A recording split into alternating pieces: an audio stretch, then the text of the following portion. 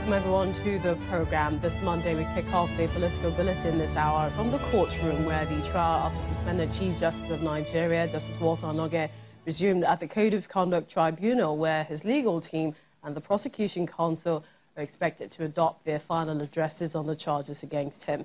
Meanwhile, a drama played out between the prosecuting team, having an argument amongst themselves, and the lead prosecutor, Mr. Aliyu Umar, asked the tribunal to detail someone to see Professor Zainab Duke out of the tribunal. The prosecutor has applied for the withdrawal of the counsel from his team.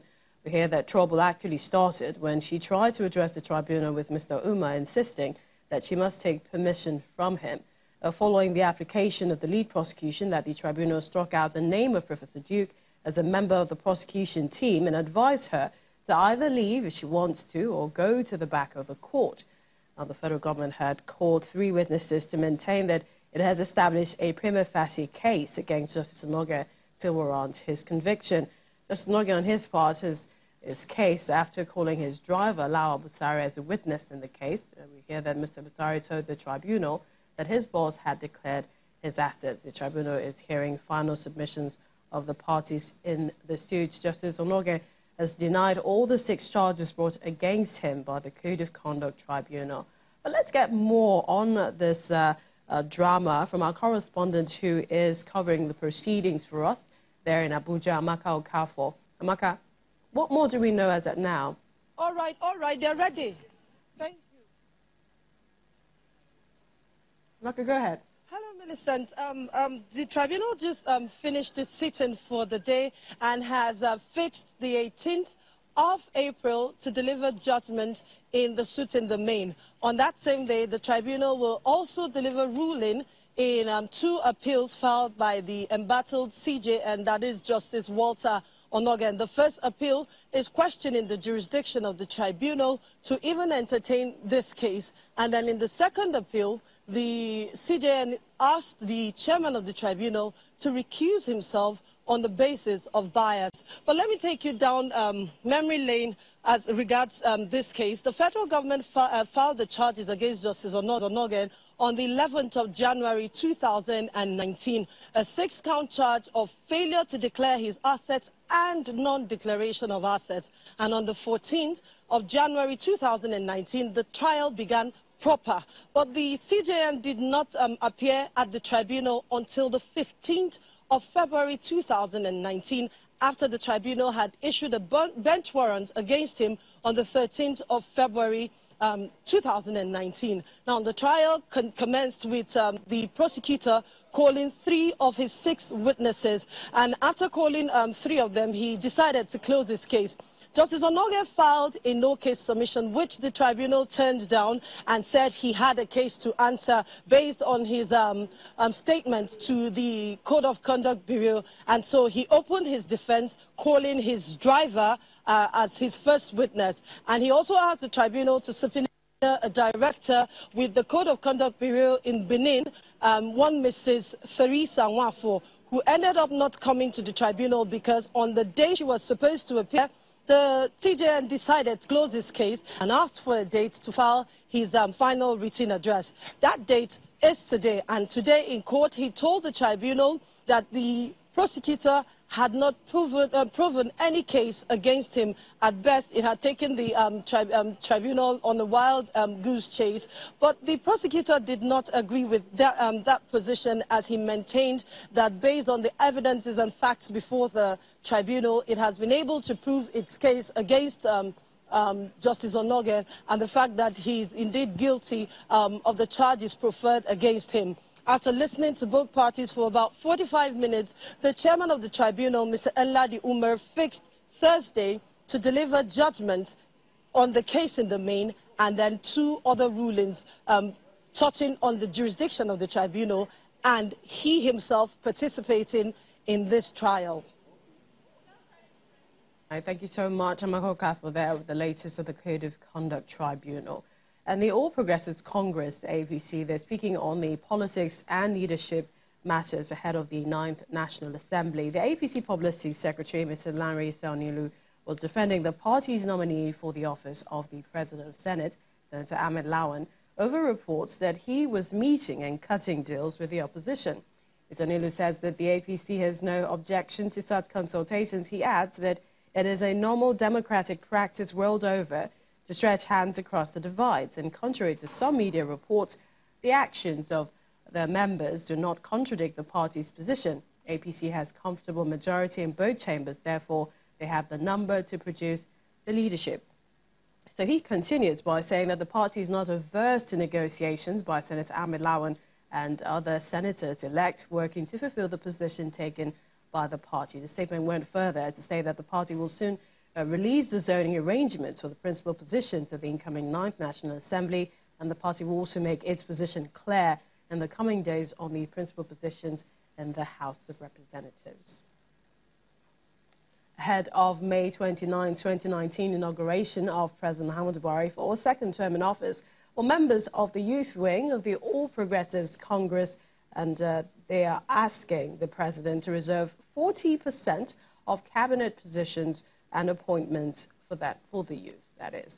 Well, speaking at a rally in Abuja, the national youth leader of the All Progressives Congress, Mr. Abubakar Sadiq, insists that the youth are highly qualified to occupy 40% of the positions in the new cabinet that is expected to be formed at the expiration of President Buhari's current administration. He further went to explain that youths constitute a greater percentage of the population in the country, played a significant role in the victory of President Buhari at the 2019 presidential elections. What we're trying to bring up here is we've been in and out of elections. We've given our own constituency, like 75%. We've emerged victorious from the party, as we have still we have the governance. So we're trying to ask, it's applied for us to show to the world that there are things we're asking for, like involvement in governance, politics, private sector, public sector, you understand? So this is the message we're trying to say so that we can get involved. At least we are part of the plan, the future plan for the country. You cannot put up the institutions and leave them just redundant, you understand what I mean? Nobody taking care of them after these people are gone, the aged people. So we're trying to show to the world that we are ready, we are qualified, and we are well equipped. It has been verbal wars between the All Progressives Congress and the People's Democratic Party since the conclusion of the 2019 presidential election, especially on the issues of Mr. Atiku Abubakar's place of birth and relationship with foreign firms. Well, spokesperson to the PDP and APC presidential campaign organizations, respectively, they were on our political program, Sunday Politics, speaking on the matter. Now, Mr. Segun Showumi of the PDP says Atiku Abubakar did not directly employ any lobbyists, but insists that Atiku was born in Nigeria. However, questioned the educational qualification. He questioned the educational qualification of President Buhari to run for office. Take a listen. Quite a lot of issues, but those issues have now been codified and about 400 witnesses put together for the purposes of trial. And like I always say, I do not believe that we benefit from doing a trial in the media before the trial commences. We will speak to it as much as we can, but we must be careful not to delve into a media trial. What is on the table is that we do not accept that result. In actual fact, we think that our mandate, the mandate of Atiku Abubakar and PDP, was stolen. We intend to retrieve it. We put together a team of lawyers, and we put whatever we can put. We're ready for trial. All these red herrings, oh, he borrowed, he went to America, he got lobbies, his father is from Sokoto, his mother is from Zimbabwe. It's not going to cut it. The issues that we're interested in is what happened on and during that election. Mr. Festus Keyamo of the All Progressives Congress replied that the Atiku team are planning a bad job with foreign entities against President Buhari's mandate, and says that the petition of the People's Democratic Party at the Tribunal is very weak, and also defended President Buhari's qualification. The body that is statutorily empowered in Nigeria to issue certificates, the WAEC certificates, came to the villa and presented the original WAEC certificates to the president, to his original WAEC certificates. Now, it becomes extremely, and permit me to use the language, and I apologize for using the language, extremely foolish for anybody who is not statutorily empowered to issue certificates, WAEC certificates, to come and challenge the body that has the statutory power to issue certificates. And I think from the day that that certificate was issued to Mr. President, that matter died a natural death there. Unknown to the opposition also, they should also realize that there are other levels of qualifications to run for the office of president. The PDP campaign, Atiku Abubakar, they need to apologize to the Nigerian people for what they are doing. That the Nigerian people have rejected you at the polls, you have lost fair and square at the polls, and you are calling on foreign powers to come and do what within your country, to come and overturn the will of the Nigerian people, to come and recognize you against the will of the Nigerian people. This is an insult to the Nigerian people, and I think they need to apologize to the Nigerian people for that kind of step they have taken. Well, staying with the elections to Rivers State, where the People's Democratic Party, PDP, was declared winner in the supplementary elections for 4 constituencies in the Rivers State House of Assembly. Now, the party's candidates were declared the winners and returned elected by INEC, which conducted elections on Saturday. The winners are Sokolo Solomon, Okpokiri, Wanaka, Dumo Mao, and Adonye Diri. The state constituencies where the polls held include Ukpobo Nkoro, Hoda West, Abuadua, as well as Gokana local government area. The state governor, Nyesom Wike, has described the victory of his party's polls as victory for all in the state.